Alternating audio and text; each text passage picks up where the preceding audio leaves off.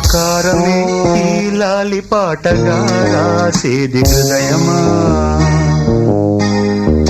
ఉమాదేవిగా శివుని అర్ధభాగమైనాలోన నిలువుమా. శుభలా